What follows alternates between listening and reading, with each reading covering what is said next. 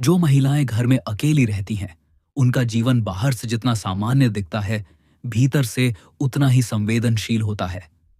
अकेलापन केवल किसी के साथ न होने का नाम नहीं है, बल्कि वह मन की एक ऐसी स्थिति है जहां छोटी-छोटी बातों का असर गहराई से पड़ता है। ऐसे में घर का वातावरण यदि शांत, सकारात्मक और ऊर्जा से भरा हुआ न हो, तो मन में उदासी, डर, बेचैनी और नकारात्मक विचार धीरे-धीरे घर करने लगते हैं। सनातन परंपरा में यह माना गया है कि घर की ऊर्जा का सीधा संबंध वहां रहने वाले व्यक्ति के मन और भाग्य से होता है। इसलिए जो महिलाएं घर में अकेली रहती हैं, उनके लिए कुछ सरल, सुरक्षित और सात्विक कार्य बताए गए हैं, जिन्हें करने से घर का वातावरण बदलने लगता है और जीवन में धीरे-धीरे खुशियां लौटने लगती हैं। सबसे पहला और सबसे महत्वपूर्ण कार्य यह है कि घर में प्रवेश करते समय मन में भय या नकारात्मक सोच न रखें।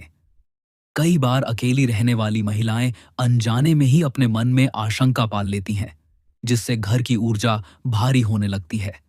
इसलिए प्रतिदिन सुबह उठकर सबसे पहले घर के मुख्य द्वार के पास खड़े होकर मन ही मन यह भावना करें कि यह घर सुरक्षित है, यह घर मेरा सहारा है और इस घर में सकारात्मक शक्ति का वास है।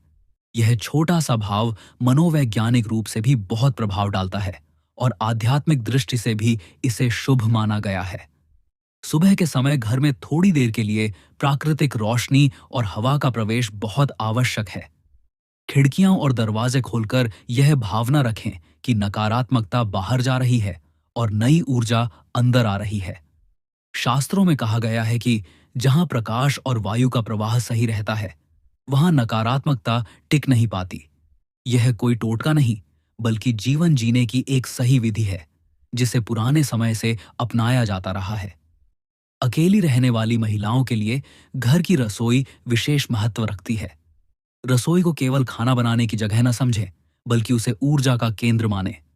जब भी खाना बनाएं, मन में यह भावना रखें कि यह भोजन मेरे लिए शक्ति और आनंद लेकर आएगा। यदि संभव हो तो रसोई में कभी-कभी दीपक जलाकर कुछ पल शांत मन से बैठे। यह कार्य मन को स्थिर करता है और घर में एक सौम्य वातावरण बनाता है। एक सरल परंपरा यह भी बताई जाती है कि सप्ताह में कम से कम एक दिन घर में साफ सफाई के बाद कोई मधुर ध्वनि अवश्य होनी चाहिए। यह ध्वनि भजन, मंत्र, श्लोक या हल्का संगीत भी हो सकता है। ध्वनि तरंगों का सीधा प्रभाव मन और वातावरण पर पड़ता है। जहां मधुर ध्वनि होती है, वहां डर और उदासी धीरे धीरे कम होने लगती है। अकेलेपन में यह कार्य बहुत सहायक माना गया है।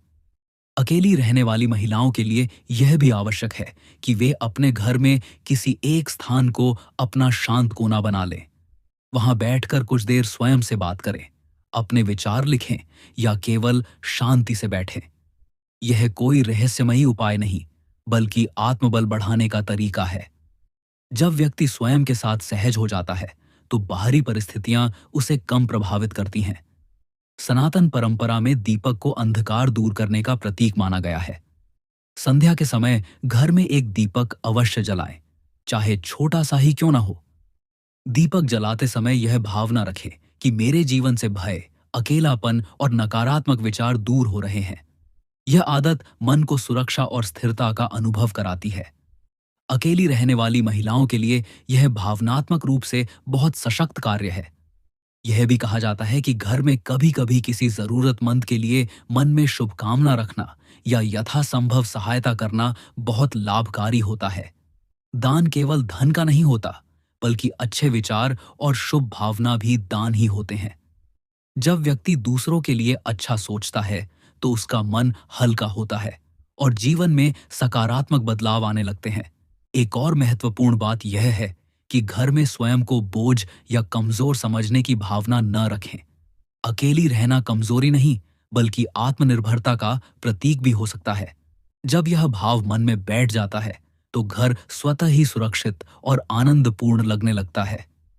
शास्त्र भी कहते हैं कि जिस घर में आत्मविश्वास होता है, वहां नकारात्मक शक्तियां प्रवेश नहीं कर पाती।